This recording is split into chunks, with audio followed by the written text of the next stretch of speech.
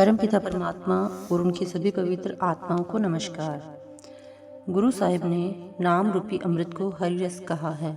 रस का अर्थ सार भी होता है और स्वादिष्ट भी। परमात्मा का नाम उसकी हस्ती का सार है, इसलिए हरि नाम ही हरि रस है। नाम की लज्जत हर प्रकार के सांसारिक भोगों की लज्जत से ऊंची और सच्ची है, इसलिए नाम को सच्चा नाम, महारस, मीठा भी कहा गया है। परमात्मा स्वयं ही अमृत है, स्वयं ही सच्चा रस है और स्वयं ही उस रस में मग्न रहता है। जिस भाग्यशाली को यह उत्तम रस प्राप्त हो जाता है, उसकी सभी तृष्णाएं शांत हो जाती हैं। गुरु साहिब समझाते हैं, हे प्यारी जीवात्मा, यह मायावी संसार जंगल के समान है, जिसमें विषय विकारों, इंद्रियों के भोगों के जहरीले फल लगे हुए हैं। तुम इन विषैले और नाशवान रसों से ध्यान मोड़कर परमात्मा के नाम रूपी महारस के साथ जोड़ो। इस सच्चे रस से अचेत संसार के अनंत लोग भवसागर में डूब गए। नाम रूपी महारस के बिना आत्मा को कभी भी अमर जीवन का सुखदायक फल प्राप्त नहीं हो सकता। गुरु साहिब नाम को महारस कहते हैं। संसार का अन्य कोई भी रस इस सर्वश्रेष्ठ रस की बराबरी नहीं कर सकता। गुरु साहिब फरमाते हैं कि परमात्मा के भक्त संत महात्मा परमात्मा से केवल उस नाम रूपी महारस की बख्शीश के लिए प्रार्थना करते हैं।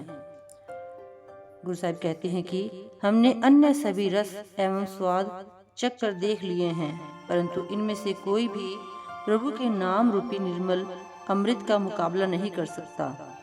नाम रूपी हरि रस अति मीठा है। यह जन्म मरण के सभी दुख दूर करके अमर जीवन का सच्चा और स्थायी सुख प्रदान कर देता है।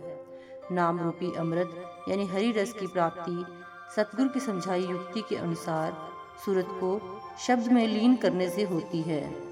परमात्मा का नाम अत्यंत मीठा है। इस रस को पीकर मन एवं आत्मा सदा के लिए तृप्त हो जाते हैं। उनको विषय विकारों के भोग फीके और स्वाद रहित लगते हैं और वे दुनियावी शक्लों और पदार्थों की तरफ से उपराम हो जाते हैं। संत महात्मा एवं गुरु साहिबान समझाते हैं कि मन लज्जत का आशिक है।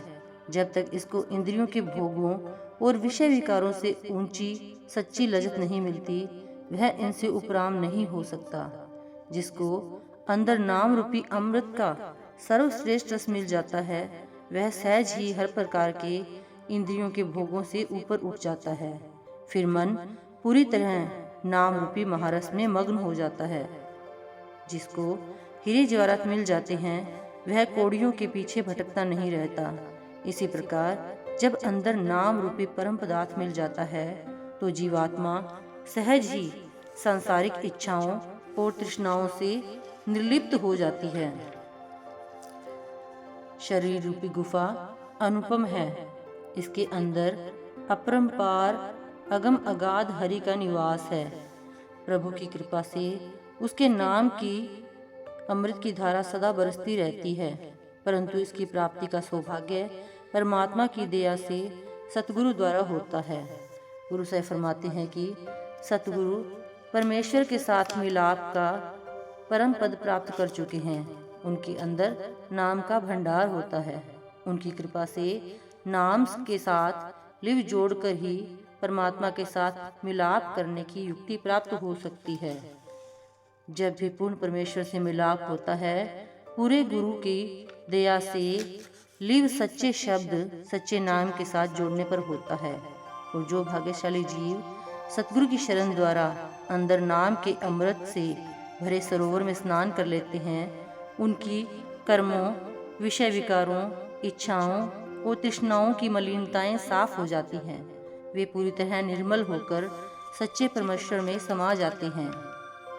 जिस अमृत को आम इंसान ही नहीं, ऋषि मुनि और देवी देवता भी खोज रहे हैं, उस अमृत की प्राप्ति प्रभु की कृपा से सतगुरु की शरण द्वारा होती है।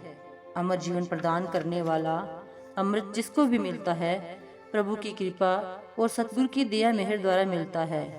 जो भाग्यशाली सतगुरु के बख्शे शब्द यानी नाम रूपी अमृत से लिव जोड़ लेता है, उस पर चढ़ी कर्मों और संस्कारों की सारी मैल धुल जाती है और उसकी आत्मा निर्मल होकर निर्मल परमात्मा में समाने के योग्य हो जाती है।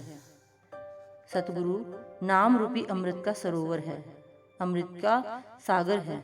वे नाम रूपी सार पदार्थ हृदय में बसा देते हैं। जो सेवक सतगुरु के हुक्म के अनुसार नाम का अभ्यास करता है उसे परमेश्वर से मिलाप का सच्चा सुख प्राप्त हो जाता है। गुरु घर की वाणी में एक तरफ परमात्मा को नाम के अमृत का स्रोत कहा गया है तो दूसरी तरफ सतगुरु को नाम रूपी अमृत का सरोवर और सागर कहा गया है। गुरु घर की वाणी में सतगुरु को निराकार परमेश्वर का साकार रूप माना गया है और उसमें परमेश्वर के सभी गुण दर्शाए गए हैं। निराकार परमेश्वर जीवात्मा पर जो भी दया मेहर करता है सतगुरु के साकार रूप में करता है। Thank you.